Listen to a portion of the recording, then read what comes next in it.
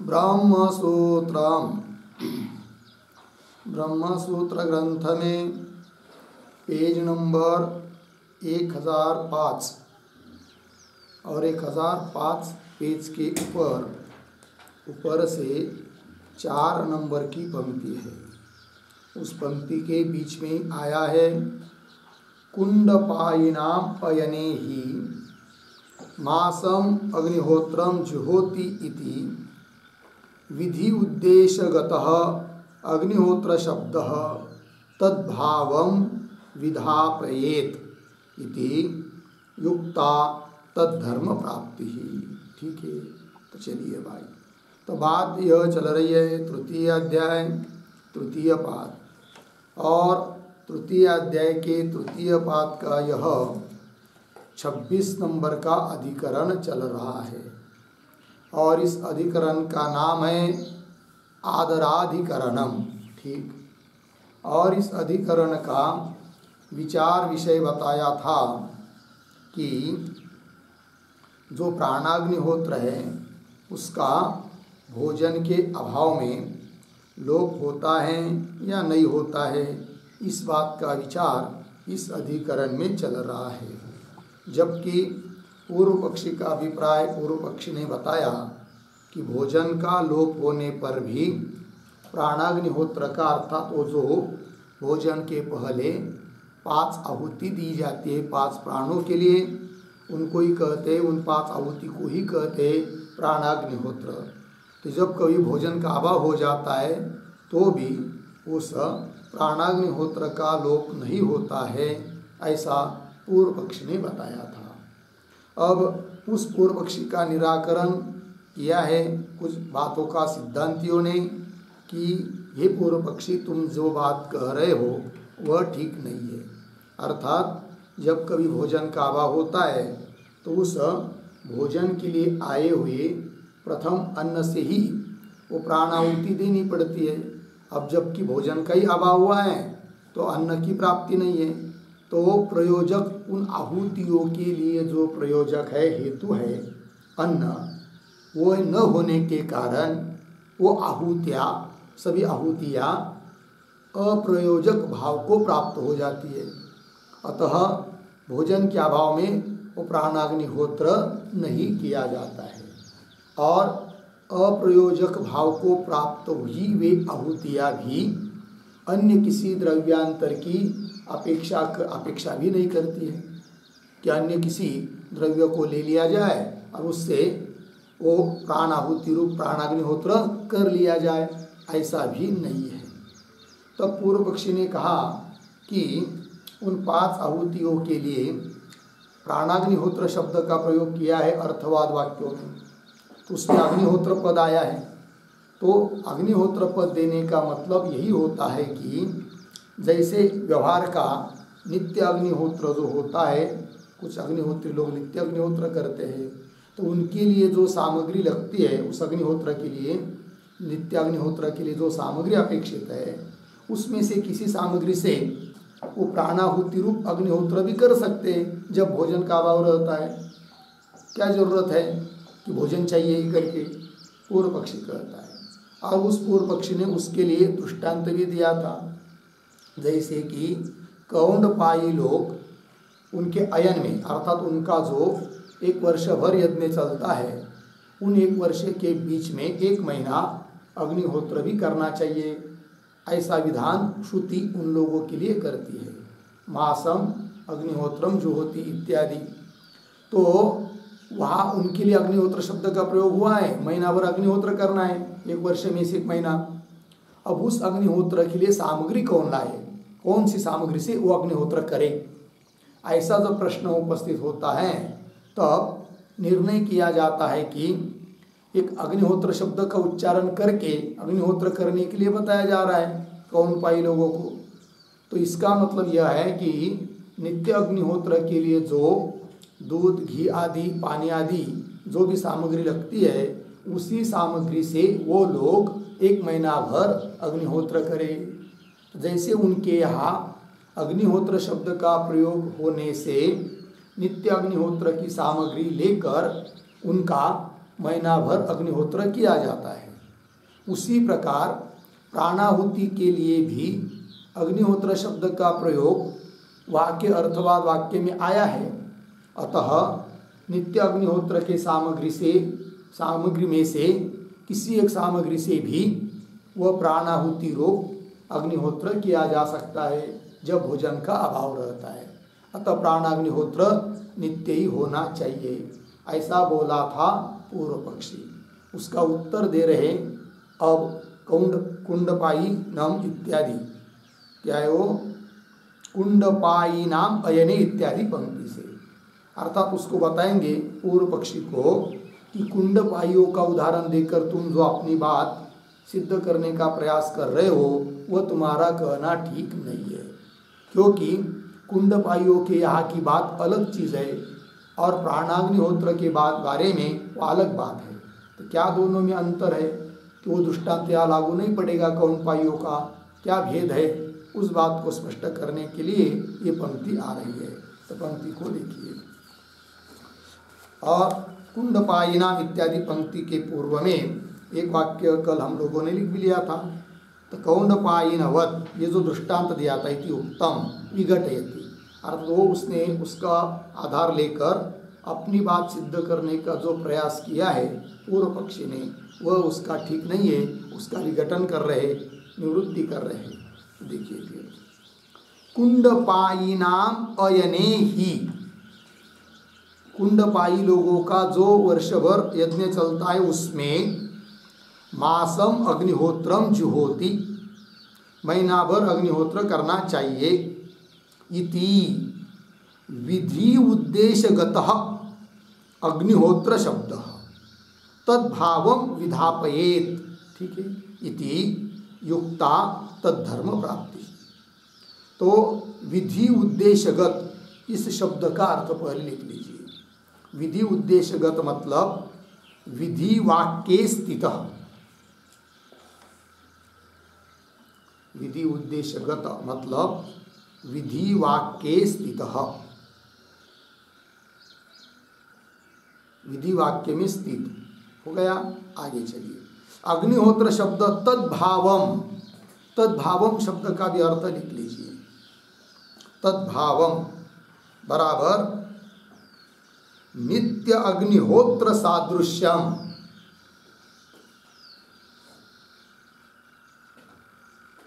नित्य अग्निहोत्र सादृश्यम,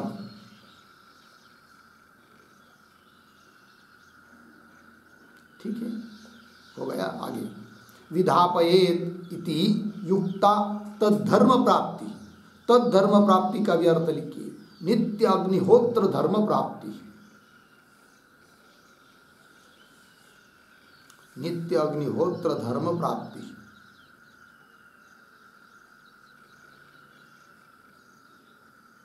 हो गया। अब देखिए भाई पंक्ति का अर्थ, तो कुंडपाइयों के अयने वर्ष में मासम अग्निहोत्रम ज्योति विधान है, विधि वाक्य है, और विधि वाक्य में ही स्थित है अग्निहोत्र शब्द। कुंडपाई लोगों के लिए जो महीना भर अग्निहोत्र कराने के लिए जो श्रुति कह रही है वो विधि वाक्य, उस विधि वाक्य में ही स्थित है कौन, अग्निहोत्र शब्द। वही लिखा है मासम अग्निहोत्रम, ये विधि वाक्य है और उसमें ही आया है अग्निहोत्र शब्द। तो विधि उद्देश्यगत विधि वाक्य में स्थित है अग्निहोत्र शब्द, अतः वह अग्निहोत्र शब्द क्या करेगा, तद्भावम विधायेत, विधापयेत, उस भाव को, उस भाव को मतलब नित्य अग्निहोत्र के सादृश्यता को विधान करेगा। अर्थात नित्य अग्निहोत्र में जो जो धर्म होए द्रव्य आदि है वो इधर भी काम कर सकते, इधर भी उसी द्रव्य से अग्निहोत्र कर सकते हैं, ऐसा विधान तो हो सकता है। क्यों, विधि वाक्य में ही स्थित है अग्निहोत्र शब्द, और इधर प्राणाग्निहोत्र के बारे में अर्थवाद वाक्य में स्थित है कौन, अग्निहोत्र शब्द। अतः वह अग्निहोत्र शब्द भले प्राणाहुति के लिए आया है किंतु वह विधि वाक्य में नहीं है, अपितु अर्थवाद वाक्य में। यदि विधि वाक्य में अग्निहोत्र शब्द होता तब प्राणाहुति के बारे में भी ऐसा ही चिंतन हम लोग कर लेते जैसे कौंडपाइयों की यहाँ किया है। अर्थात नित्य अग्निहोत्र के धर्मों की प्राप्ति प्राणाहुति रूप अग्निहोत्र में भी हो जाती यदि विधि वाक्य में स्थित अग्निहोत्र शब्द होता तो, किंतु विधि वाक्य में नहीं है, अर्थवाद वाक्य में है। और अर्थवाद वाक्य जो होता है वो स्तुति पर होता है, अतः वहाँ के अर्थवाद वाक्य में आया हुआ अग्निहोत्र शब्दों को देखते हुए यह निर्णय नहीं किया जा सकता है कि नित्य अग्निहोत्र के धर्म प्राणाहुति रूप अग्निहोत्र में भी लागू हो जाए, ये निर्णय नहीं होगा। अतः कौंडपाइयों का जो दृष्टांत दिया है वह या लागू नहीं है, ऐसा सिद्धांती बता रहे हैं पूर्व पक्षी को।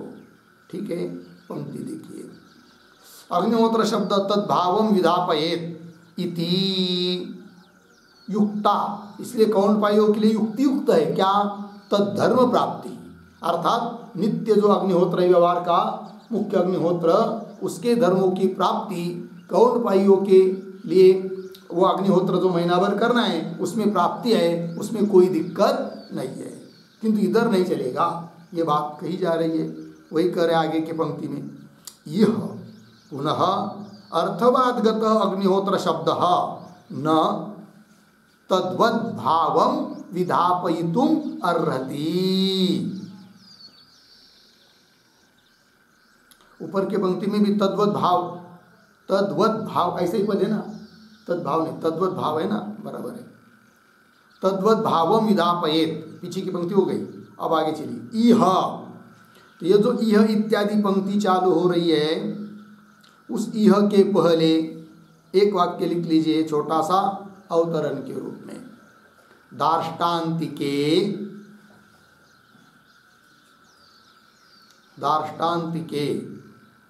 प्राग उक्तम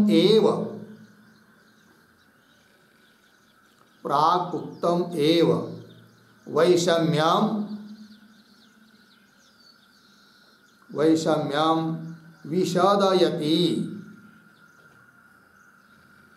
विषदयति इह इति।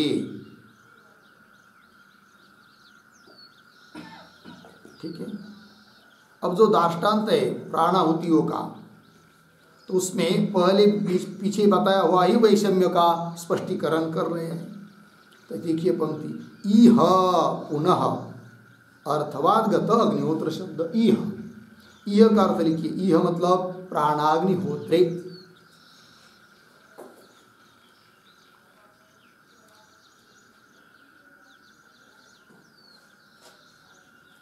ठीक है।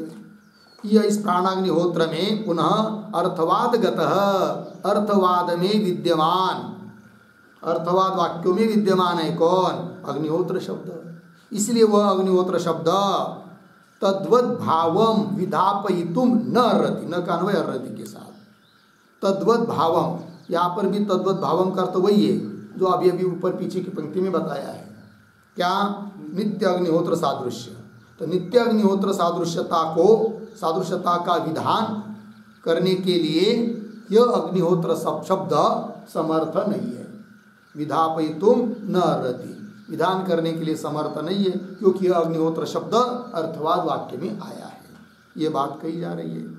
आगे चलते हैं, तद्धर्म प्राप्तौ च अभ्युपगम्यमानायाम अग्नि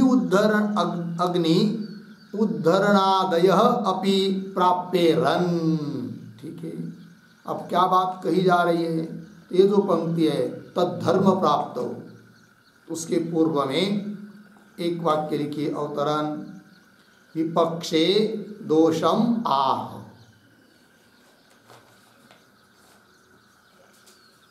विपक्षे दोषम आह तद्धर्म प्राप्तौ इति। ठीक है, देखो भाई, अभी अभी पीछे के पंक्ति में सिद्धांतियों ने बात कह दी क्या, कि नित्य अग्निहोत्र के धर्म प्राणाग्निहोत्र में प्राप्त नहीं है, नहीं हो सकते हैं, और इसके उल्टा मानेंगे कि नहीं नित्य अग्निहोत्र के धर्म प्राणाग्निहोत्र में होने ही चाहिए। तो क्या दोष आएगा, वो अब बता रहे हैं। तो तद धर्म प्राप्त च अभ्युपगम्य मानायाम। तद धर्म प्राप्त मतलब नित्य अग्निहोत्र के धर्म प्राणाग्निहोत्र में स्वीकार कर लेने पर अभ्युपगम्य मानायाम क्या होगा कह रहे हैं। तो देखिए तद धर्म प्राप्त मतलब नित्य अग्निहोत्र के धर्म की प्राप्ति अभ्युपगम्य मानायाम स्वीकार कर लेने पर, प्राणाग्निहोत्र में स्वीकार कर लेने पर क्या होगा, अग्नि उद्धरणादय अपि प्राप्तेरन। तो जो नित्य अग्निहोत्र में अग्नि उद्धरण वगैरह जो धर्म है वो भी यहाँ प्राप्त होने चाहिए, जबकि यहाँ प्राप्त नहीं हो सकते, है कि नहीं। बोले कि अग्नि उद्धरण का ये तो पहले समझाओ, तब विचार करेंगे कि प्राणाग्निहोत्र में वहाँ का धर्म जो अग्नि उद्धरण है वो प्राप्त होता है या नहीं होता है। तो ये जो शब्द आया है अग्नि उद्धरणादय आदि शब्द से और भी धर्म है वो आगे भी दे रहे हैं। तो अग्नि उद्धरण क्या चीज़ है उसके लिए लिख लीजिए एक शब्द, अर्थ उसका अग्नि उद्धरण का अर्थ होम के लिए अग्नि प्रदीप्त करना, यह है अग्नि उद्धरण। होम के लिए अग्नि प्रदीप्त करना, ठीक है। होमाय अग्नि प्रदीप्त करणम, ये उसका मतलब है। होमाय अग्नि प्रदीप्त करना, होम के लिए अग्नि को प्रदीप्त करना। ध्यान दीजिए भाई, तो जो नित्य अग्निहोत्र है ना उसमें तो आहुति देने के लिए अग्नि उद्धरण किया जाता है, अर्थात अग्नि को प्रदीप्त किया जाता है। फिर वहाँ के धर्म इधर मानना है तो प्राणाहुति देते समय यहाँ पर भी फिर अग्नि को प्रदीप्त करना पड़ेगा, किंतु यहाँ तो संभव नहीं है। वही कह रहे आगे के पंक्ति में, यह पुनः नहीं कहाँ चल रहे, हाँ तद धर्म प्राप्त च अभ्युपगम्य मानायाम अग्नि उद्धरणादय अपि प्राप्तेरन। आगे कह रहे न च अस्ति संभव, किंतु अग्नि उद्धरण आदि धर्म यहाँ पर संभव नहीं है, ठीक है ना। वही कह रहे च संभव न अस्ति, अग्नि उद्धरण वगैरह धर्मों को यहाँ पर मानना संभव नहीं है। आगे अग्नि उद्धरणम तावत होमादिकरण भावाय, ठीक है।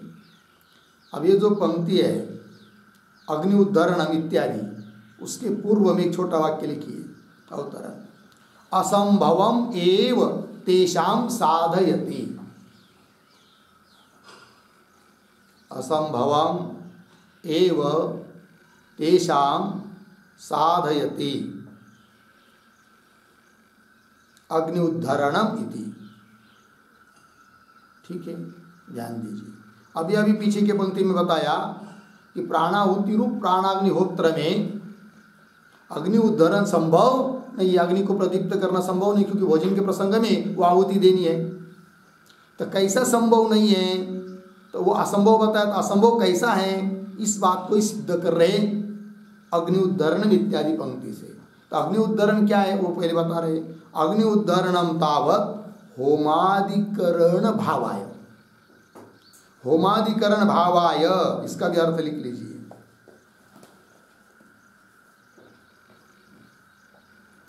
अग्नि आधार होम अभावात, अग्नि आधार होम अभावात प्राणाग्निहोत्रे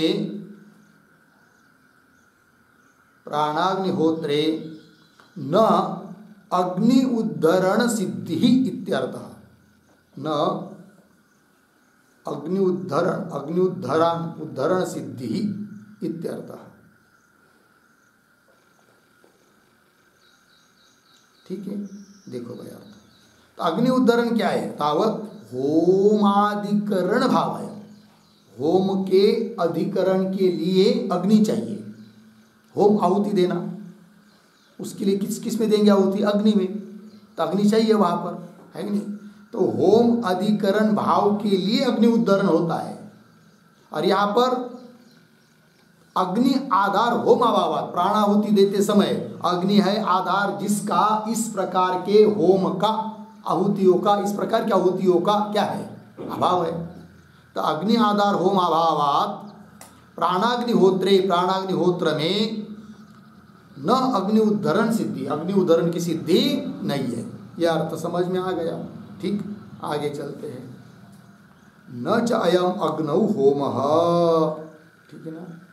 ये जो पंक्ति है न च इत्यादि, उसके भी पूर्व में एक वाक्य लिखते छोटा सा, अस्तु प्रस्तुते अपि,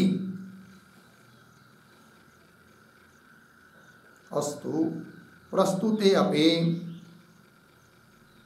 तदर्थम एव,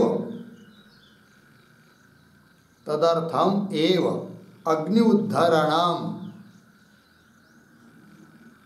अग्नि उद्धरणम अर्धविराम, न इति आह, न इति आह न च इति। ठीक है। कदाचित पूर्वपक्षी बोलेगा प्रस्तुत है, प्रस्तुत प्रसंग में भी, प्राणाहुति के बारे में भी, तदर्थम एव होमाधिकरण है कि नहीं, होमाधिकरण भाव आय, तो होम के अधिकरण के लिए अग्नि का उद्धरण लगता है, करना पड़ता है, तो उसके लिए ही यहाँ पर अग्नि का उद्धरण मान लिया जाए, ऐसा कदाचित पूर्व पक्षी बोलेगा।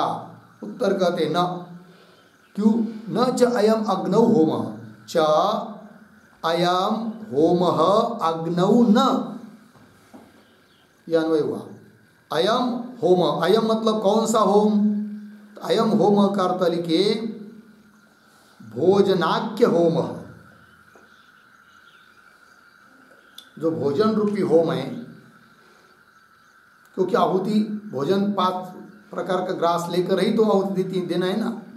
तो अयम होम मतलब भोजनाख्य होम, अग्नौ न, अग्नि में नहीं है, ये तो मुख में है।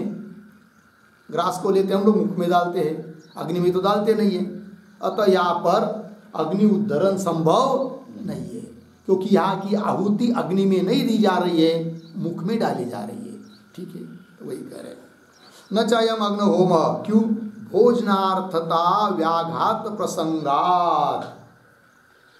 यदि प्राणाहुति रूप जो होम है वो अग्नि में ही मानेंगे तो व्याघात दोष आएगा। वो कैसे, क्योंकि वहाँ भोजनार्थता ये बात बताई गई है, भोजन के लिए, आहुतियाँ भोजन के लिए हैं, उसका बाद होगा फिर भोजनार्थता, भोजन के लिए वो आहुतियाँ है, भोजन करना है वहाँ पर, उसका क्या होगा, व्याघात होगा। व्याघात होगा मतलब उसका बाद होगा। कब, यहाँ पर भी आहुतियाँ अग्नि में डाली जाती है, ऐसा मानेंगे तब अग्नि उद्धरण यहाँ पर भी मानेंगे, और अग्नि चाहिए होम के आधार के रूप में, इसलिए अग्नि का उद्धरण यहाँ भी करेंगे, ऐसा मानेंगे तो इस बात का बाद होगा। कौन से बात का, भोजन के लिए यहाँ पर आहुतियाँ है, इस बात का बाद होगा। वही कह रहे भोजनार्थता व्याघात प्रसंगात। इस पर एक छोटा वाक्य लिखिए, आहूतयः भोजनार्थाः भवन्ति, आहूतयः भोजनार्थाः भवन्ति, अस्य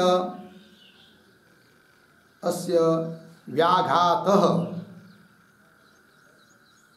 व्याघात बराबर बाधः स्यात् इत्यर्थः। आहुतियाँ भोजन के लिए होती है, इसका व्याघात होगा, बाद होगा, ये बात कर रहे हैं। अर्थात यहाँ पर अग्नि उद्धरण नहीं है। यदि नित्य अग्निहोत्र के धर्म यहाँ प्राप्त होते तो अग्नि उद्धरण भी प्राप्त होना चाहिए था, वो तो प्राप्त हो नहीं सकता। इससे निश्चय होता है कि नित्य अग्निहोत्र के जो भी कुछ धर्म हैं वे सब यहाँ प्राणाग्निहोत्र में लागू नहीं है, उनका उपसंहार यहाँ नहीं है। नित्य अग्निहोत्र के धर्मों का संग्रह प्राणाग्निहोत्र में नहीं है, ये निश्चय। ठीक है, ये क्यों बताया जा रहा है? जबकि पूर्व पक्ष ने कहा था कि नित्य अग्निहोत्र के जो भी धर्म हैं जिससे किया जाता है उन द्रव्यों को लेकर यहाँ पर भी प्राणाग्निहोत्र कर लेंगे भोजन का अभाव रहने पर। तो उत्तर दिया कि नित्य अग्निहोत्र के धर्म जो है उनका संग्रह प्राणाग्निहोत्र में नहीं है, अतः भोजन का अभाव होने पर उन धर्मों से प्राणाहुति रूप अग्निहोत्र कर लेंगे, ये नहीं बोल सकते। फिर क्या निर्णय? भोजन का अभाव है तो प्राणाहुति का अर्थात प्राणाग्निहोत्र का भी अभाव है, ये सिद्धांत पक्का। आगे चलिए। भोजनोपनित द्रव्य संबंधाच अस्य एव एष होम। ठीक है, तो ये जो पंक्ति है भोजनोपनित, उसके भी पूर्व में एक वाक्य लिखते हैं, आहूतीनाम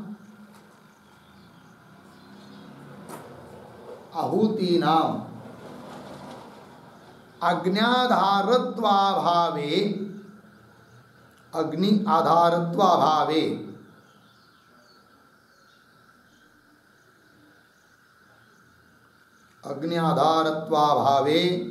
युक्त्यंतरम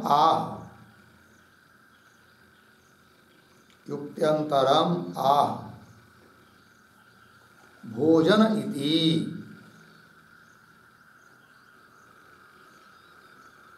ठीक है, देखिए भाई, आहुतियों का अग्नि आधार नहीं है यहाँ पर प्राणाहुति में, प्राणाग्निहोत्र में अग्नि आधारत्व का अभाव है, इसके लिए युक्त्यंतर दे रहे हैं भोजन उपनित इत्यादि पंक्ति से। तो पंक्ति को देखिए, भोजन उपनित द्रव्य संबंधाच अस्य एव एष होम। अस्य शब्द का अर्थ लिखिए मुखे, मुख में।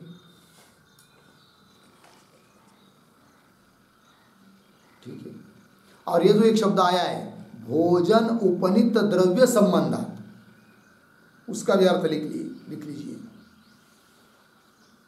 भोजनार्थ प्राप्त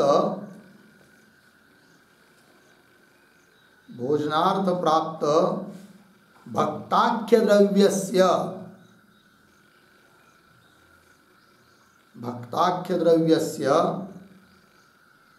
आहुतिभिः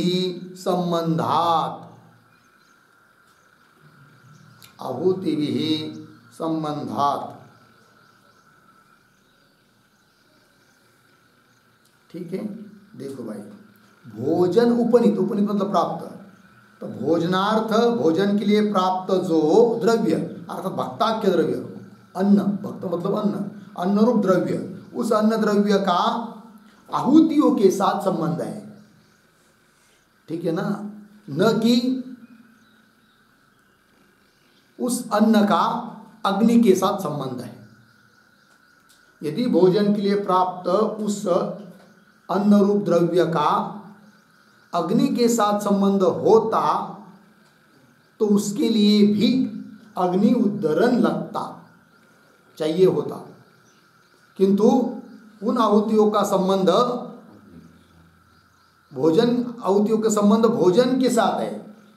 ठीक है ना, क्या लिखा? तो भोजनार्थ प्राप्त जो भक्ताख्य द्रव्य है उस द्रव्य का संबंध कहाँ है? आहुति के साथ है, मतलब आहुति का संबंध उस द्रव्य के साथ है, अग्नि के साथ नहीं है, वही कह रहे। तो भोजन उपनित द्रव्य संबंधाच अस्य एव एष होम, एष होम अस्य एव, यह जो होम है आहुति डालना रूप जो होम है, ग्रास ग्रहण करना जो होम है वह मुख में है, अस्य एव मुख में यह होम है, न कि अग्नि में। अतः अग्नि उद्धरण की जरूरत यहाँ नहीं है, ये बात बता दिया। अर्थात इन आहुतियों के लिए अग्नि आदरत्व का अभाव है, ये बात सिद्ध हुई। अतः नित्य अग्निहोत्र में जो अग्नि उद्धरण होता है धर्म, वो यहाँ पर प्राप्त नहीं है, वो प्राप्त नहीं है, अन्य भी धर्म प्राप्त नहीं है। इसका मतलब ये होता है। आगे चलिए। तथा च जाबाल श्रुति पूर्व अतिथिभ्य अश्नीयात् इति अस्याधाराम एव इमाम होम निवृत्तिम दर्शयति। जाबाल श्रुति दर्शयति, तो क्या है देखिए, ये जो पंक्ति है ना, तथा च जाबाल, तो तथा के पहले भी एक वाक्य, प्राणाग्निहोत्रे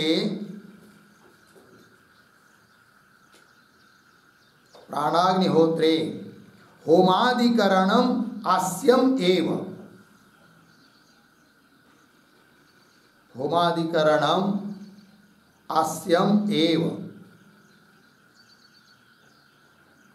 इत्यत्र श्रुत्यंतरम आह,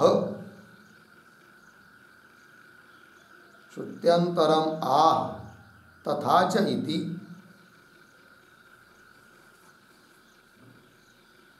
तथा च इति, ठीक है जी।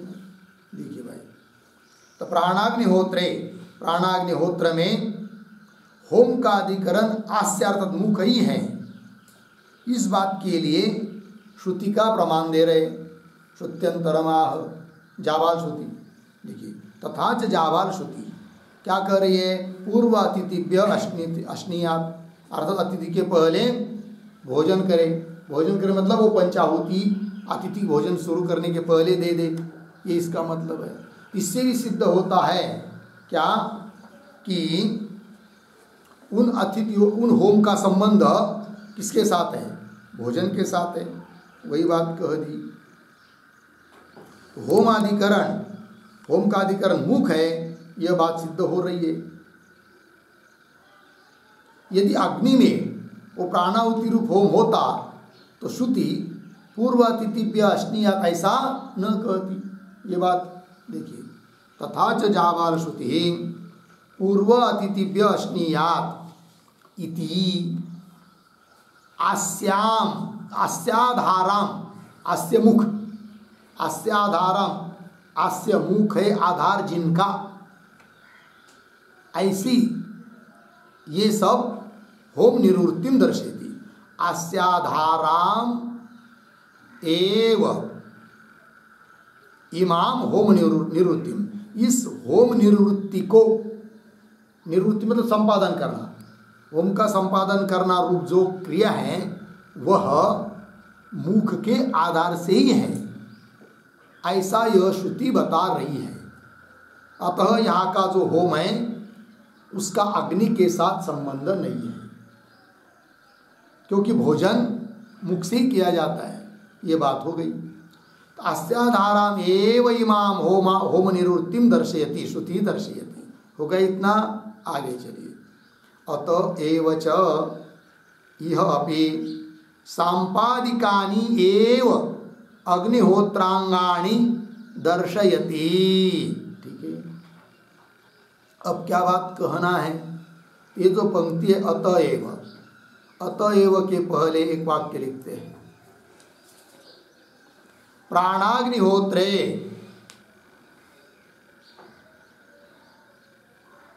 प्राणाग्निहोत्रे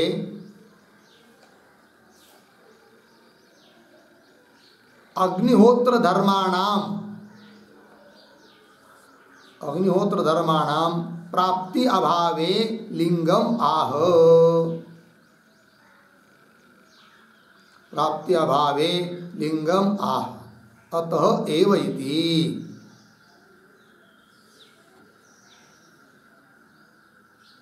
ठीक है, पूर्ण विराम। आगे एक पंक्ति, प्रसिद्धानां धर्माणां प्राप्ति चेत,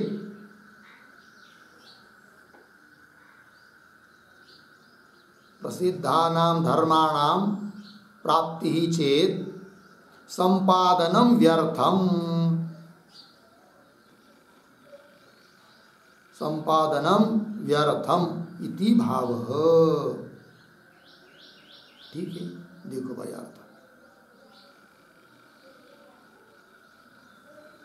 हो गया। संपादनम व्यर्थम इति भाव।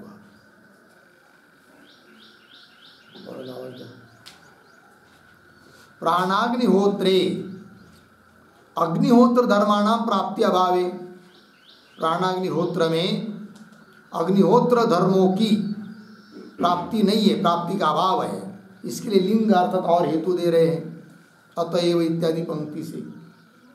तो क्या देखिए, अतः एव च इह अपि, अतः एव शब्द का अर्थ लिखिए भाई, अतः एव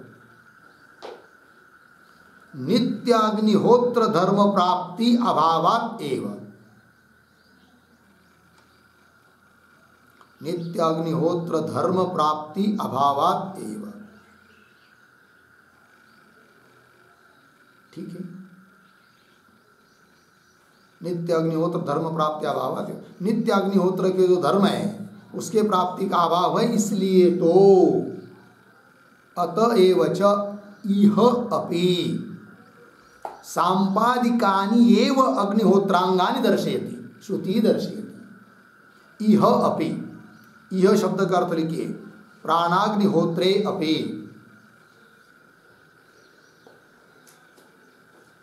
प्राणाग्निहोत्रे अपि। आगे शब्द आया है सांपादिकानि, उसका अर्थ लिखिए काल्पनिकानि,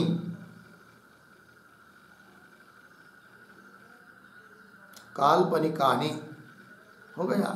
देखिए अर्थ, अतएव मतलब नित्य अग्निहोत्र धर्म की प्राप्ति यहाँ पर नहीं है प्राणाग्निहोत्र में, इसलिए ही यहाँ पर अर्थात प्राणाग्निहोत्र में सांपादिकानि एव अग्निहोत्रांगानि, सांपादिकानि काल्पनिकानि, काल्पनिक ही अग्निहोत्रांगों अंग है, काल्पनिक अग्निहोत्र के अंग है। मतलब अग्निहोत्र के यहाँ पर जो अंग बताए जा रहे हैं वो काल्पनिक है, वहाँ के यहाँ नहीं है, ये बात ठीक है ना। अब देखिए, यदि वहाँ के धर्म, नित्य अग्निहोत्र के धर्म यदि यहाँ प्राप्त होते तो प्रसिद्ध धर्मों की यदि प्राप्ति होती तो संपादन व्यर्थम, कल्पना करना व्यर्थ हो जाता। जबकि कल्पना की है यहाँ पर काल्पनिक धर्म बताए, वो जो करने की जरूरत नहीं पड़ती यदि वहाँ के धर्म यहाँ प्राप्त होते तो। जबकि श्रुति काल्पनिक धर्मों को यहाँ बता रही है, इसका मतलब नित्य अग्निहोत्र के धर्म इस प्राणाग्निहोत्र में प्राप्त नहीं है, ये बात बताई जा रही है।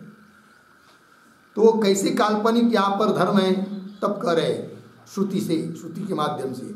उर एव वेदी लोमानि बर्री हृदयं गार्हपत्यो मनः अन्वार्य पचन आस्यम आहावनीय इति। ठीक है, देखिए भाई अर्थ, तो उरह एव वेदी, ये वैश्वानर उपासना करने वाला जो उपासक है, तुम्हें समझते थे पतंजलि नहीं करते,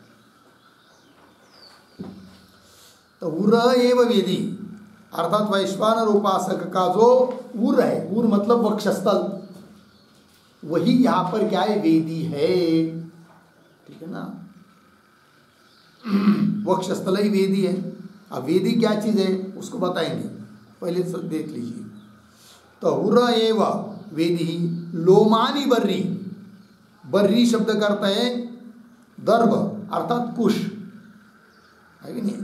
तो इस उपासक के जो लोम है, शरीर पर जो छोटे छोटे केस बाल है, वही क्या है, वेदी है अर्थात दर्भ है, कुश है। हृदयम गार्हपत्य, और इस उपासक का जो हृदय है वह गार्हपत्य अग्नि है, क्योंकि 3 अग्नि होते भाई, गार्हपत्य अग्नि, अन्वार्य पचन अग्नि और आहावनीय अग्नि। अन्वार्य पचन अग्नि का ही दूसरा नाम है दक्षिणाग्नि। ये 3 प्रकार के अग्नि कहे जाते हैं कर्मकांड में, तो वही दे रहे। तो यहाँ पर हृदय ही इसका गार्हपत्य अग्नि है। और फिर मन, इस उपासक का जो मन है वह अन्वाहार्य पचन अग्नि है अर्थात दक्षिणाग्नि है। और आस्यम, आस्यम अर्थात मुख, ये क्या है इसका, तो मुख आस्यम आहावनीय, आहावनीय नाम का अग्नि कौन है, इसका मुख ही है। इस प्रकार इस उपासक के शरीर के अंगों में वहाँ के धर्मों की कल्पना की है। इससे भी मालूम पड़ता है कि नित्याग्निहोत्र के जो धर्म वो यदि यहाँ पर प्राप्त होते तो इस प्रकार के काल्पनिक धर्म नहीं बताए होते, जबकि काल्पनिक धर्म बताया है अतः वहाँ के धर्म यहाँ पर लागू नहीं है, ये निर्णय किया जाता है। ठीक, आगे चलते हैं। वेदी श्रुतिश्च अत्र स्तंडिल मात्र उपलक्षणार्था द्रष्टव्या। क्यों? मुख्याग्निहोत्रे वेदी अभावात्। अर्धविराम। तदंगानाम च यह संपिपादयिषि तत्वात्। ठीक है, एक एक बात को देखते हैं। और ये जो पंक्ति है वेदी श्रुति वगैरह, उसके पूर्व में एक वाक्य लिखते हैं उत्तरण। अग्निहोत्रांगानि अग्निहोत्रांगानि चेत संपाद्यते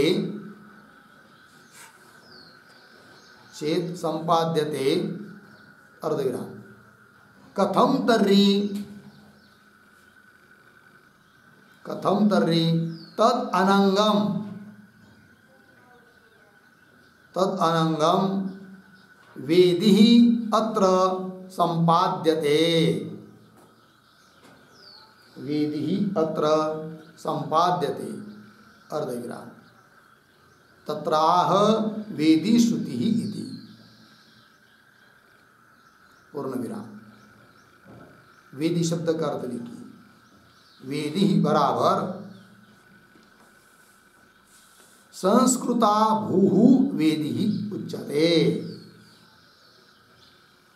संस्कृता भूहु वेदी उच्यते। ठीक, वेदी शब्द का अर्थ होता है यज्ञ के लिए सुसंस्कृत की गई भूमि। ठीक, बरामदा वगैरह ये सब वेदी शब्द से कहा जाता है। देखिए अवतरण में क्या लिखा। अग्निहोत्रांग, नित्य अग्निहोत्र के जो अंग है, तो अग्निहोत्रांगानी चेत संपाद्यते, यहाँ पर यदि प्राप्त किए जाते हैं तो संपाद्यते, तो कथम तर्हि तदनंगम वेदी अत्र संपाद्यते। वहाँ के अंग यहाँ पर है ऐसा यदि होता तो यहाँ पर प्राणाग्निहोत्र में वेदी का कथन नहीं होता। बोलेंगे क्यों? इसलिए कि नित्य अग्निहोत्र में वेदी नहीं होती है। मतलब बड़े बड़े यज्ञ के लिए जो सुसंस्कृत बरामदा वगैरह करके कुंड वगैरह करके इस प्रकार की वेदी होती है, उस प्रकार की वेदी नित्याग्निहोत्र में नहीं होती है। और यदि नित्याग्निहोत्र के धर्म यदि प्राणाग्निहोत्र में प्राप्त होते हैं ऐसा मानेंगे तो फिर वेदी को नहीं बताना चाहिए था प्राणाग्निहोत्र में, क्योंकि वह वेदी नित्याग्निहोत्र में है ही नहीं है। नित्याग्निहोत्र जो रोज का किया जाने वाला अग्निहोत्र है उसमें वेदी नहीं है, और यहाँ पर वेदी बताई जा रही है। प्राणाग्निहोत्र में कल्पना की जा रही है वेदी की, अर्थात वहाँ के धर्म यहाँ पर प्राप्त नहीं है। वहाँ के धर्म प्राप्त होते तो वेदी को नहीं बताया होता, क्योंकि वहाँ वेदी है ही नहीं है। लगी पंक्ति देखिए। अग्निहोत्रांगानि चेत संपाद्यते, वहाँ के नित्य अग्निहोत्र के अंग यहाँ पर यदि प्राप्त होते तो कथम तर्हि तद अनंगम, उस नित्य अग्निहोत्र का अनंग जो अंग नहीं है ऐसी वेदी ही अत्र संपाद्यते, या वेदी क्यों फिर प्राप्त होती? नहीं प्राप्त होती, जबकि कल्पना की जा रही है। इसका मतलब वहाँ के धर्म यहाँ पर लागू नहीं है, यह अर्थ निकल आया। वही बता रहे थे। वेदी श्रुति ही च अत्र, वेदी श्रुति वेदी इसका कथन, तो बोलेंगे फिर प्राणाग्निहोत्र में वेदी बता रहे हैं, यहाँ पर फिर उस बरामदा वगैरह वटा उस प्रकार की कोई कुंड वगैरह करते हैं क्या? नहीं नहीं, ये तो कल्पना है ना। ठीक है ना, फिर वहाँ पर क्या अर्थ लेना है? प्राणाग्निहोत्र के संबंध में जो वेदी शब्द आया है वो कितने अर्थ में लक्षित है वो कह रहे हैं। वेदी शब्दश्च अत्र, अत्र शब्द का अर्थ लिखिए प्राणाग्निहोत्रे, अत्र पद आया ना। वेदी श्रुति, श्रुति मतलब शब्द, वेदी शब्द यहाँ पर वेदी श्रुति, श्रुति मतलब शब्द, वेदी शब्द यहाँ पर वेदी श्रुति ही, वेदी शब्द अत्र, अत्र मतलब प्राणाग्निहोत्रे, होत्र में क्या अर्थक है? स्तंडिल मात्र उपलक्षणार्था द्रष्टव्य। स्तंडिल मात्र, स्तंडिल मात्र मतलब क्या? उसका अर्थ लिखिए संस्कृत भूमि मात्र का, संस्कृत भूमि मात्र से,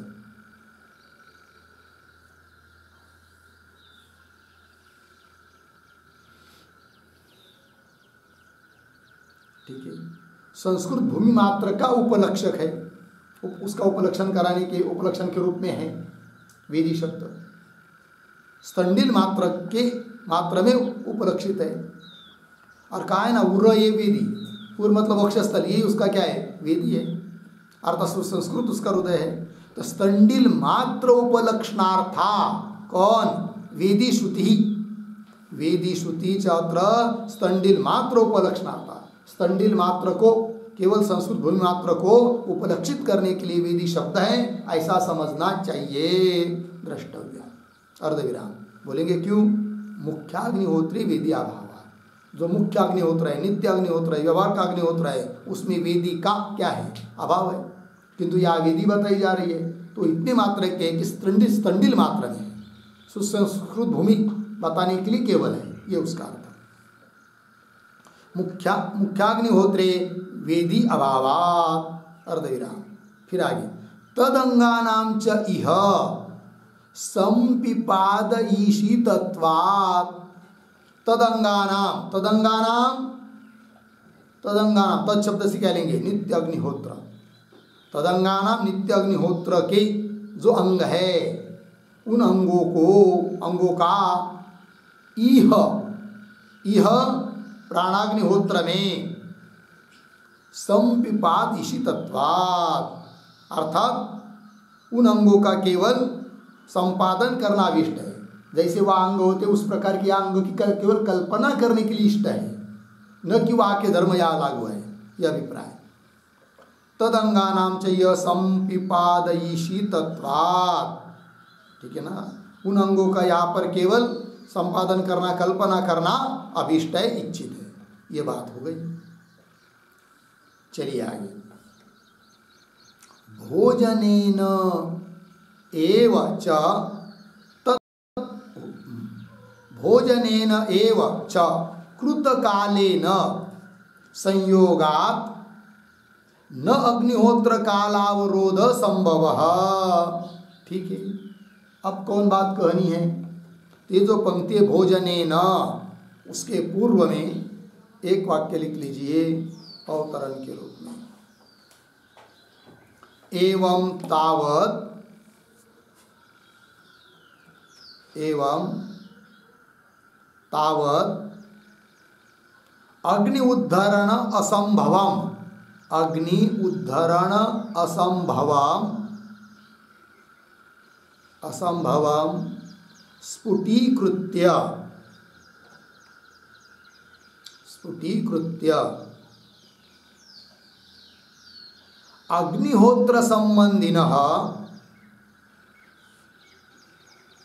अग्निहोत्र संबंधिनः सायं प्रातः कालस्य अपि, सायं प्रातः कालस्य अपि अत्र, अत्र उपसंहारः न संभाव्यते, उपसंहारः न संभाव्यते अर्धविराम। भोजनेन एव नियत कालेन, भोजनेन एव नियत कालेन संबंधात्, संबंधात् इति आह, भोजनेन एव इति। ठीक है, ध्यान दीजिए। तो अभी तक कौन बात बताई और आगे कौन बात कहनी है, दोनों को समझा रहे इस अवतरण पंक्ति में। क्या करे? एवं इस प्रकार से, तावत पहले तो अग्नि उद्धरण असंभवम स्फुटीकृत्य, जो प्रकृत प्रस्तुत जो प्राणाग्निहोत्र है उसमें अग्नि उद्धरण का असंभव स्पष्ट करके कर दिया अभी तक करके, फिर आगे क्या कर रहे वो दे रहे। तो अग्नि उद्धरण असंभव स्फुटीकृत्य स्पष्ट करके फिर आगे अग्निहोत्र संबंधी न सायं प्रातः कालस्य भी, नित्य अग्निहोत्र के संबंधी जो काल, कौन काल है? सायं प्रातः, क्योंकि जो नित्य अग्निहोत्र किया जाता है वो बिल्कुल उस समय में ही किया जाता है, सूर्योदय के समय में, सूर्यास्त के समय में किया जाता है, निश्चित काल है उसका, ठीक है ना। उस काल का भी यहाँ पर उपसंहार नहीं है। कहाँ पर? नित्य प्राणाग्निहोत्र में नित्य अग्निहोत्र के काल का उपसंहार अर्थात संग्रह नहीं है, इस बात को बता रहे। जैसे नित्य अग्निहोत्र के अन्य धर्म प्राणाग्निहोत्र में नहीं है, उस प्रकार नित्य अग्निहोत्र के लिए जो काल सायं और शाम ये काल, वो भी प्राणाग्निहोत्र में नहीं है, उसका संग्रह यहाँ पर नहीं है, इस बात को कह रहे। अग्निहोत्र संबंधी न सायं प्रातः काल से अपि अत्र उपसंहार न संभाव्यते। क्यों करे? भोजनेन एव नियत काले न संबंध, क्योंकि यहाँ प्राणाहुति रूप जो अग्निहोत्र है उसका भोजन का जो नियत काल है उसके साथ उसका संबंध है।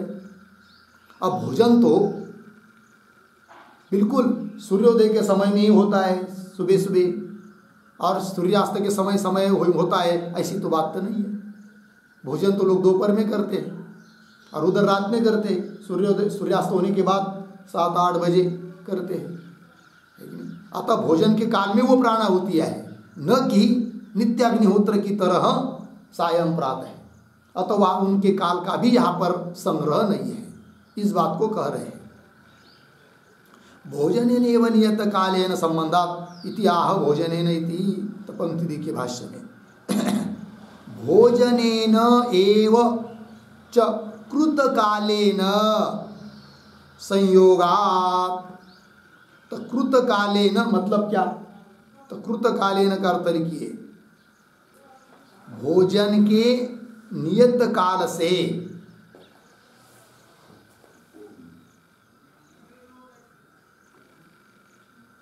भोजन के नियत काल से, फिर आगे पता है भाष्य में संयोगा, किसके साथ? प्राणाग्निहोत्रस्य इति शेषः।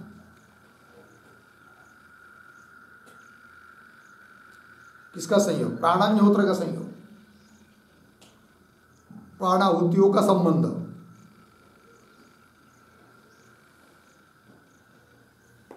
ठीक है, देखो भाई,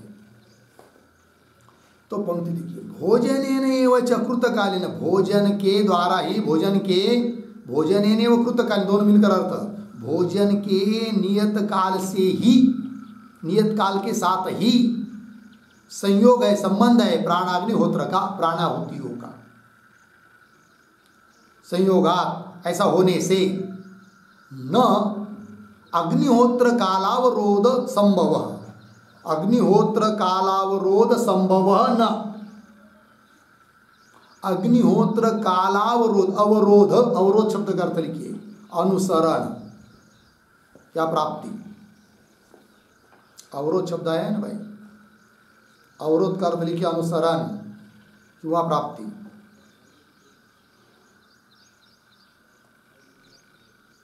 अब देखिए, तो भोजन के नियत काल के साथ ही इन प्राणाहुति रूप प्राणाग्निहोत्र का संबंध होने से, अर्थात सुबह शाम ऐसा कोई संबंध नहीं है इन प्राणाहुति के साथ, इसलिए अग्निहोत्र का जो काल है, नित्य अग्निहोत्र का जो काल है, सुबह सुबह और शाम शाम, सूर्योदय के समय, सूर्यास्त के समय, तो अग्निहोत्र काल का अवरोध, अनुसरण संभव न, उसके काल का, अग्निहोत्र काल का अवरोध मतलब अनुसरण किंवा प्राप्ति का संभव भी इस प्राणाग्निहोत्र में नहीं है, उसका उपसंहार भी नहीं है, उसका संग्रह भी नहीं है, ये बात बता दी।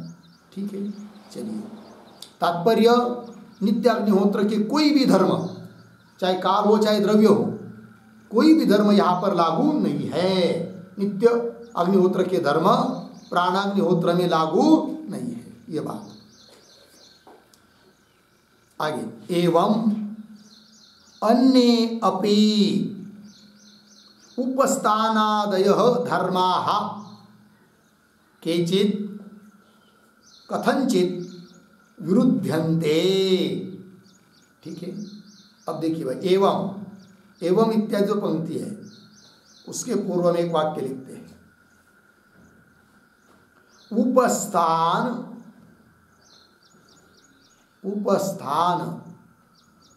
परिस्तरणादयः,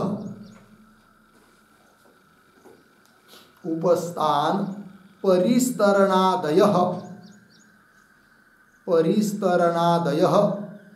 अपि धर्माः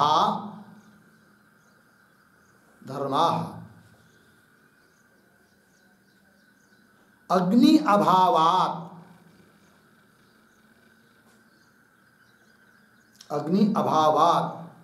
प्राणाग्निहोत्रे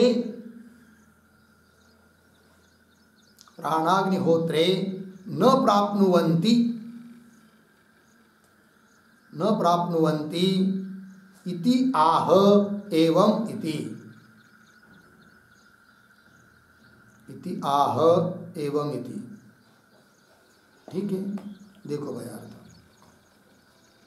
तो नित्याग्निहोत्र के जो और भी धर्म हैं, द्रव्य और काल को छोड़कर और भी तो बहुत धर्म है, जैसे कि उपस्थान परिस्तरणादय धर्मा, ये सभी बाकी के धर्म भी प्राणाग्निहोत्र में प्राप्त नहीं है। क्यों? अग्नि अभाव। प्राणाग्निहोत्र में अग्नि का अभाव है। जहाँ अग्नि रहता है वह वे धर्म लागू पड़ते हैं। कौन? उपस्थान परिस्तरणादि। अभी उपस्थान क्या है, परिस्तरण क्या है? तो उपस्थान का अर्थ लिखिए प्रार्थना। उपस्थान का मतलब प्रार्थना। और परिस्तरण का अर्थ लिखिए, परिस्तरण मतलब बराबर अग्नि के चारों ओर दर्भ को फैलाना। अग्नि के चारों ओर दर्भ को फैलाना, ये परिस्तरण है। हो गया। तीन नित्य अग्निहोत्र के धर्म है भाई, उपस्थान परिस्तरण वगैरह। और वे धर्म भी या प्राणाग्निहोत्र में लागू नहीं है, उसका संग्रह नहीं है, क्योंकि यहाँ अग्नि ही नहीं है। तो अग्नि के चारों ओर दर्भ को कैसा फैलाएंगे फिर? तो वही कह रहे अग्नि अभावात् न प्राप्नुवन्ति इति। इसी बात को कह रहे एवं इत्यादि पंक्ति से। तो पंक्ति देखिए, एवं अन्ये अपि उपस्थानादयः धर्माः केचित्। केचित् मतलब कुछ है कि नहीं? एवं अन्ये अपि केचित्, अन्य भी बहुत सारे कुछ उपस्थानादि धर्म। उपस्थान मतलब प्रार्थना। उपस्थानादय धर्माः कथंचित् विरुध्यन्ते। विरुध्यन्ते है कि नहीं? अर्थात विरोध को प्राप्त होते, असंगत होते हैं या लागू नहीं पड़ते हैं, ये बात ठीक है ना। कथंचित किसी प्रकार से, क्यों? अग्नि का अभाव होने से। तो कथंचित विरुध्यन्ते, विरोध को प्राप्त होते, असंगत होते हैं, अर्थात उनका संग्रह यहाँ पर नहीं होता है। नित्य अग्निहोत्र के धर्मों का संबंध, धर्मों का संग्रह प्राणाग्निहोत्र में नहीं होता है, ये इसका मतलब। कथंचित विरुध्यन्ते हो गया। चलिए फिर आगे। तस्मात् भोजन पक्षे एव एते मंत्र द्रव्य देवता संयोगात् पंचहोमाः निर्वर्तयितव्याः। ठीक है, चलो भाई थोड़ा सा पहले शब्दों का अन्वय कर लेते हैं। तस्मात् मंत्र द्रव्य देवता संयोगात्, पीछे भोजन पक्षे एव एते, फिर आगे पंचहोमाः निर्वर्तयितव्याः। ठीक है, देखो भाई आप, तो ये जो पंक्ति है तस्मात् इत्यादि, तस्मात् के पहले एक वाक्य लिखते हैं अवतरण, लिखेंगे सिद्धांत सूत्रार्थम, सिद्धांत सूत्रार्थम उपसंवरति, उपसंवरति तस्मात् इति, तस्मात् इति। जो सिद्धांत सूत्र है उसके अर्थ का उपसंहार कर रहे तस्मात् इत्यादि पंक्ति से। ठीक है, तस्मात्, अभी तस्मात् का भी क्या अर्थ है? तस्मात् शब्द का अर्थ लिखिए यस्मात्, क्योंकि यस्मात् आएगा तब तस्मात् समझेगा, लिखते हैं यस्मात् मुख्य अग्नि धर्म प्राप्ति अभावः, मुख्य अग्नि धर्म प्राप्ति अभावः, अभावः तस्मात्, तस्मात् भोजन द्रव्येण एव, भोजन द्रव्येण एव होमः, होमः इति उपसंहारः, इति उपसंहारः। हो गया, देखो भैया, यस्मात् जिस कारण से कि मुख्य अग्नि के धर्म की प्राप्ति का अभाव है, इसलिए भोजन द्रव्य से ही यहाँ के होम होने चाहिए। भोजन द्रव्य ने एवं होम, इस प्रकार का उपसंहार कर रहे हैं। ठीक, पंक्ति देखिए फिर, तस्मात् मंत्र द्रव्य देवता संयोगा, मंत्र द्रव्य देवता का, देवता के संबंध से ही भोजन पक्षे एव, भोजन उपस्थित होने पर ही एते पंच होमाः निर्वर्तयितव्याः, इन 5 होमों को संपादन करना चाहिए, निष्पादन करना चाहिए, कर लेना चाहिए, यह अर्थ हुआ। ठीक है, पुनः देखिए तस्मात् मंत्र द्रव्य देवता संयोग। मंत्र क्या है? तो मंत्र या कौन है? तो मंत्र देखिए प्राणाय स्वाहा, अपानाय स्वाहा इत्यादयः मंत्राः, ये मंत्र है भाई। इस मंत्र के उच्चारण के साथ साथ वो आचमन करना पड़ता है, आहुति देनी पड़ती है भोजन के पहले 5 छोटे छोटे ग्रास लेने के बाद। तो ये मंत्र हो गए। मंत्र कौन हुए? प्राणाय स्वाहा, अपानाय स्वाहा इत्यादि 5 मंत्र, समानाय स्वाहा, उदानाय स्वाहा, व्यानाय स्वाहा, वो सब। देवता कौन है? तो देवता लिखिए प्राण, अपान, समान, उदान, व्यान, ये 5 वायु ही वहाँ पर देवता है, उनके उद्देश्य से आहुति दी जा रही है। प्राणाय स्वाहा, थोड़ा जल हाथ में लेकर पीना, अपानाय स्वाहा वैसा ही करना। ठीक, देवता कौन हुई? प्राण, अपान, उदान वगैरह जो 5 प्राण है, वे वायु विशेष, वही देवता है। ठीक है ना। तो मंत्र और द्रव्य कौन है भाई? द्रव्य रह गया बीच में, तो द्रव्य, तो द्रव्य लिखिए भोजनार्थ भक्ताख्यम द्रव्य, भक्त मतलब अन्न, भोजनार्थ भक्ताख्य अर्थात अन्नाख्य, भोजन के लिए जो अन्न नाम का है वही द्रव्य है। भोजन के लिए जो अन्न, वही अन्न ही द्रव्य है, सामग्री है, आहुति। हो गया जी। चलिए फिर, तो मंत्र द्रव्य देवता संयोगा, इनके संबंध से भोजन पक्षे, पक्षे मतलब उपस्थिते, भोजन उपस्थित होने पर ही, भोजन पक्ष आया ना, पक्षे उपस्थिति, भोजन उपस्थित होने पर ही एते पंच होमाः, ये 5 होम, होम मतलब आहुति, ये 5 आहुतियाँ निर्वर्तयितव्याः, निर्वर्तन करना चाहिए मतलब संपादन करनी चाहिए, निष्पादन करनी चाहिए, उत्पन्न करनी चाहिए, कर लेनी चाहिए। 5 आहुतियाँ हो गया। चलिए आगे, यत्तु आदर दर्शन वचनम।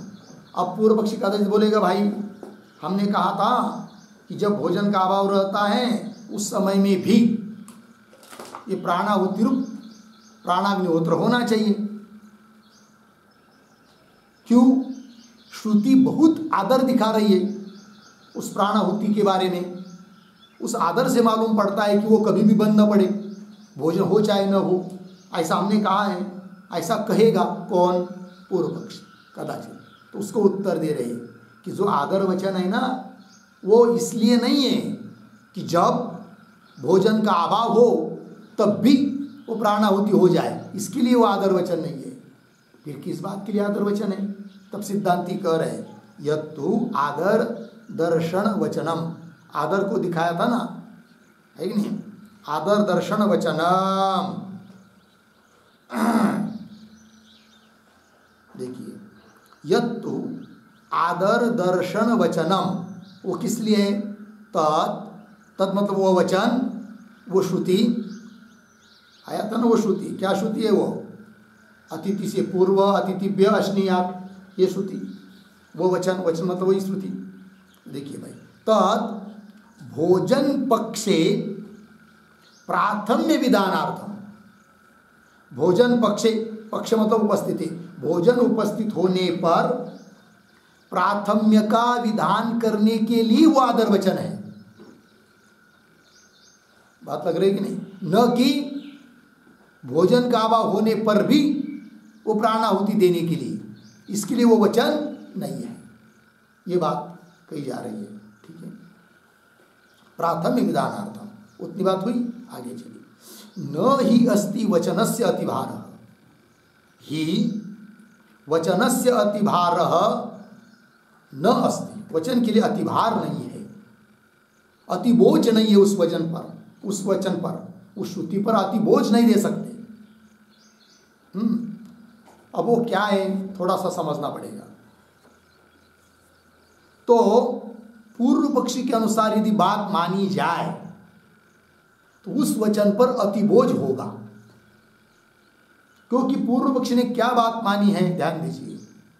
पूर्व पक्षी ने कहा है कि वह आदर बताने वाला जो वचन है वो तो अतिथि के पहले भोजन तो बता ही रहे साफ साफ शब्द से, अतिथिभ्य पूर्वाश्नियात, शक्तिवृत्ति से मालूम पड़ रहा है, किंतु उससे आदर मालूम पड़ रहा है। और आदर से यह अर्थ निकालते हैं कि भोजन के अभाव में भी वो प्राणाहुति रूप अग्निहोत्र हो जाए। फिर दो अर्थ हुए, एक साक्षात अतिथि के पहले भोजन और उधर भोजन के अभाव में भी प्राणाहुति करना, तो अतिभार हो जाएगा। किंतु इस प्रकार का अतिभार अतिबोझ उस श्रुति वचन पर नहीं दे सकते।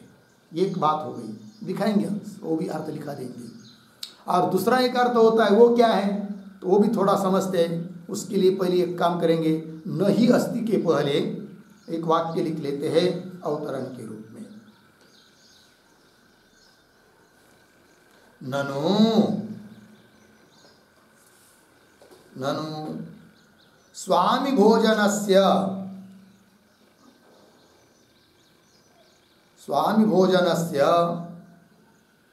उत्तरकालत्वं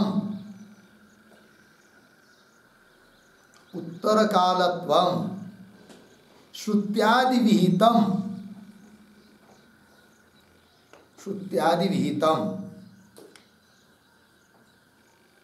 अर्धविराम कथम तर्हि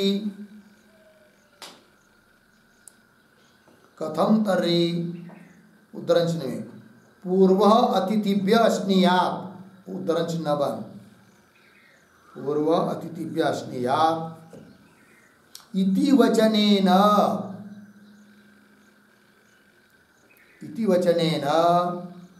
बाध्यते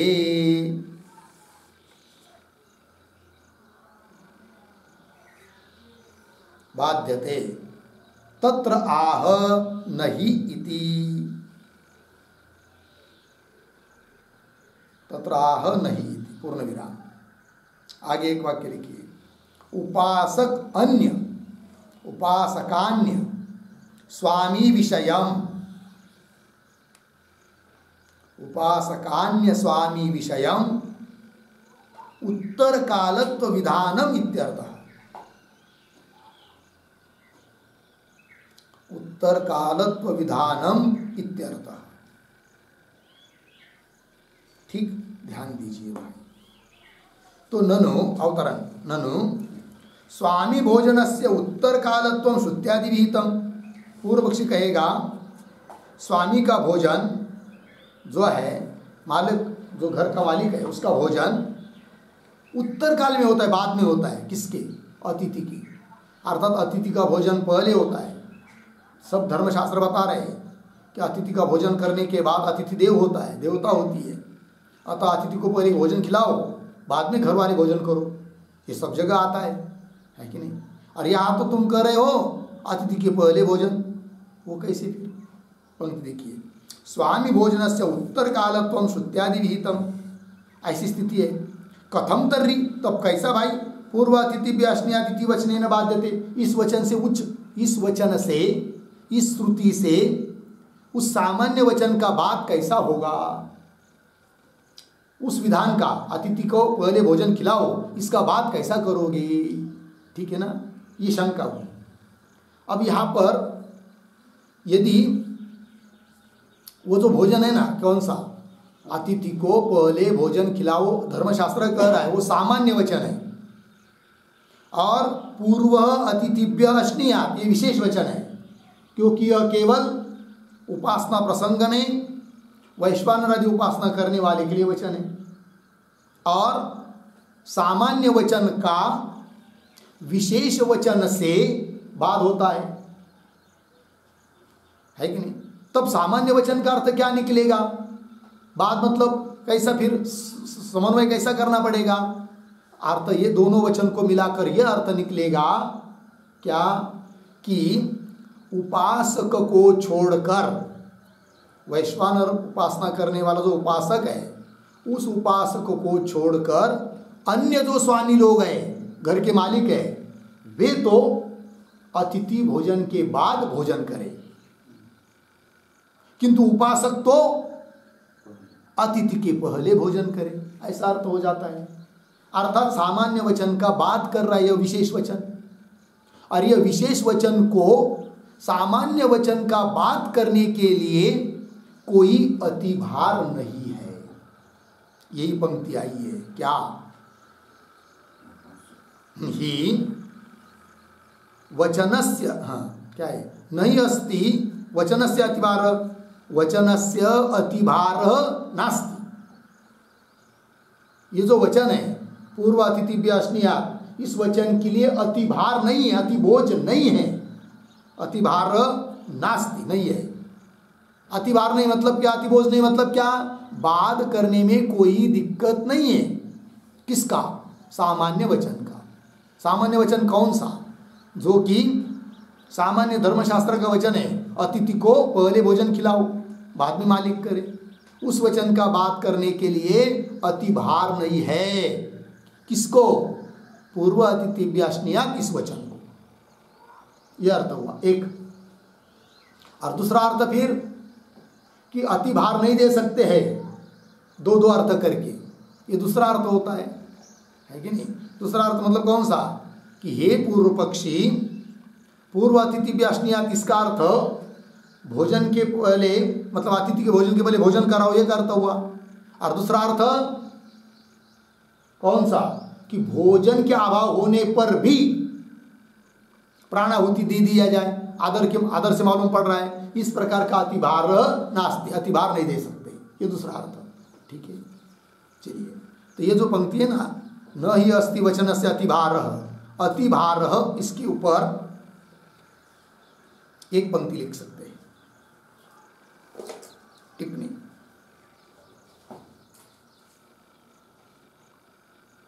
नंबर 1, पूर्व अतिथिभ्य इत्यादि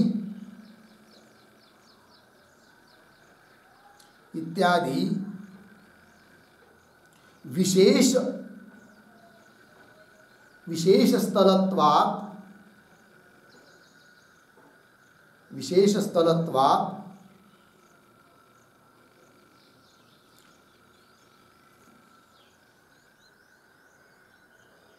स्वामी भोजनस्य उत्तर कालत्व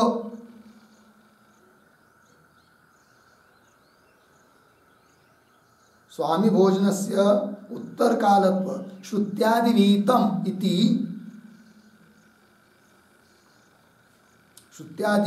इति सामान्यवचनस्य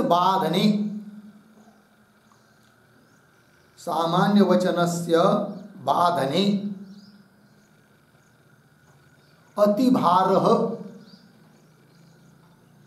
अतिभारः कंस में लिखिए, अतिबोझ कंस बंद, आगे नास्ति इति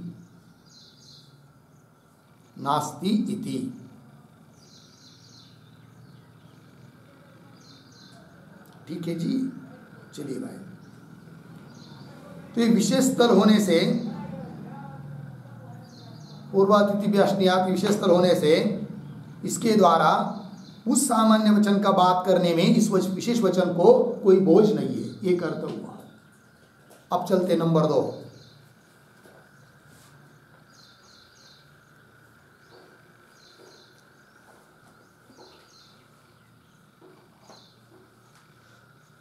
लिखेंगे उद्धरण चिन्ह में, पूर्वातिथिभ्यः,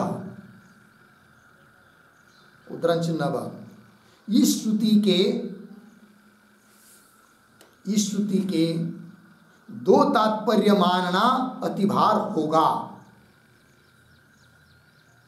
दो तात्पर्य मानना अतिभार होगा।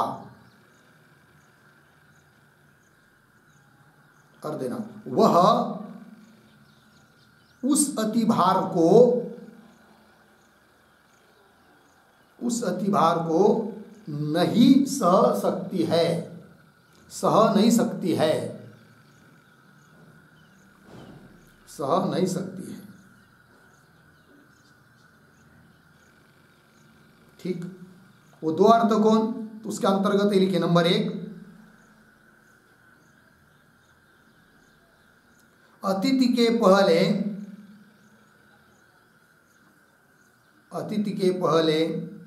प्राणाग्निहोत्र करे या बाद में यह संशय होने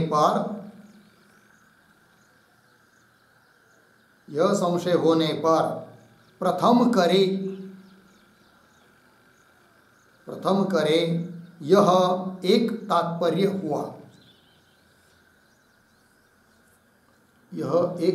हुआ। फिर नंबर 2, भोजन के अभाव में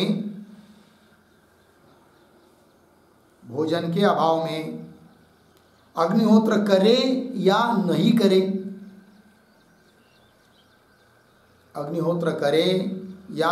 करे, ऐसा संशय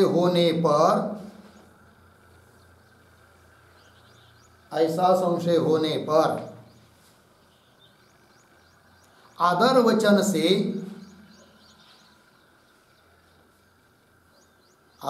से प्राणाग्निहोत्र करना चाहिए।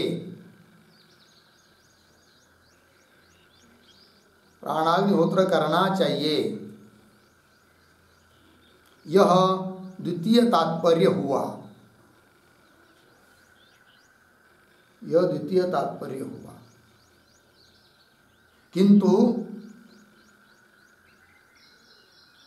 किंतु इस प्रकार के दो तात्पर्य मानने से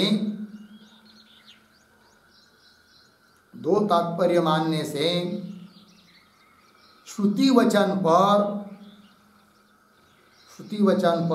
अतिभार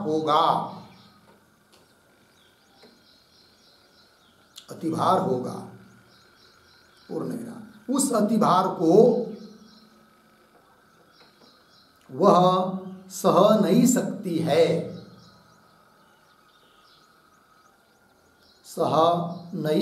है। अतः उस श्रुति का केवल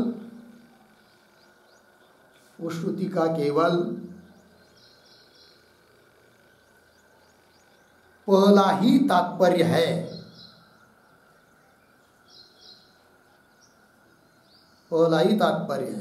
अर्थात अतिथि के पहले भोजन करे, अर्थात अतिथि के पहले भोजन करे इति हो गया। चलिए भाई, तो वही कह रहे ही वचनस्य अतिभारः न अस्ति, हो गया। आगे चलिए, न तु अनेन अस्य नित्यता शक्यते दर्शयितुम, न कान्वय दर्शयितुम के साथ, क्या तु अनेन अस्य नित्यता दर्शयितुम न शक्यते, ऐसा अन्वय कर लेंगे। तु अनेन अस्य नित्यता दर्शयितुम न शक्यते। तु अनेन, अनेन मतलब क्या, अनेन शब्द का अर्थ लिखिए, अनेन बराबर प्राथम्य मात्रेण,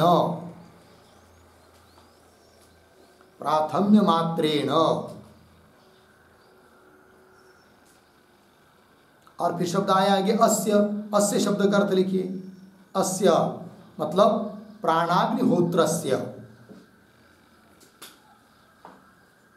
प्राणाग्निहोत्रस्य, हो गया ना। देखो भाई, तो किंतु अनेन, इस प्राथम्य मात्र से इस प्राणाग्निहोत्र की नित्यता दर्शयितुम न शक्यते। नित्यता मतलब भोजन के अभाव में भी ये प्राणाग्निहोत्र जाए, होत्र हो जाए, प्राणाग्निहोत्र किया जाए भोजन के अभाव में भी, ऐसी नित्यता दिखाई नहीं जा सकती है प्राथम्य मात्र से। ये बात सिद्धांति ने कह दी। फिर तात्पर्य कुल मिलाकर क्या हुआ, तस्मात् भोजन लोपे लोप एव प्राणाग्निहोत्रस्य इति अन्वय। तस्मात् भोजन लोपे, एक दो शब्द छोड़कर, प्राणाग्निहोत्रस्य पीछे लोप एव इति।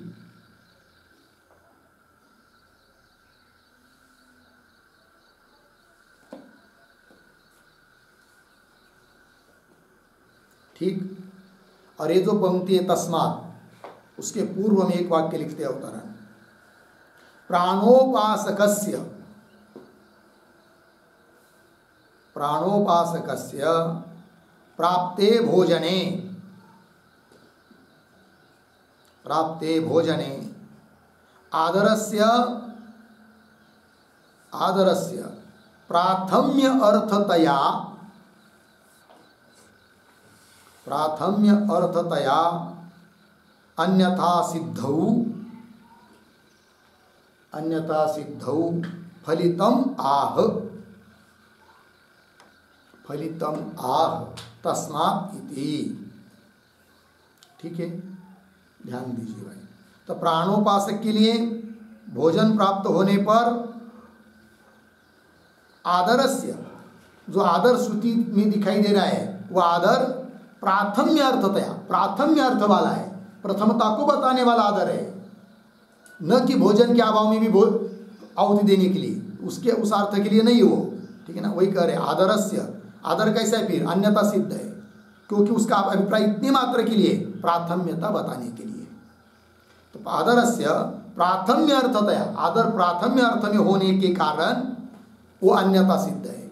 किस बात के लिए, कि भोजन के अभाव में भी प्राणाग्निहोत्र हो जाए, इस बात को बताने के लिए वो अन्यथा सिद्ध है आदर। अन्यथा सिद्धौ फलितम, फिर फलित क्या निकला, तो तात्पर्य क्या निकला, निर्णय क्या हुआ वो दे रहे। तस्मात् भोजन लोपे, भोजन का अभाव होने पर प्राणाग्निहोत्र का भी लोप अर्थात अभाव ही है, यह सिद्धांत हो गया, इस बात का निर्णय हो गया।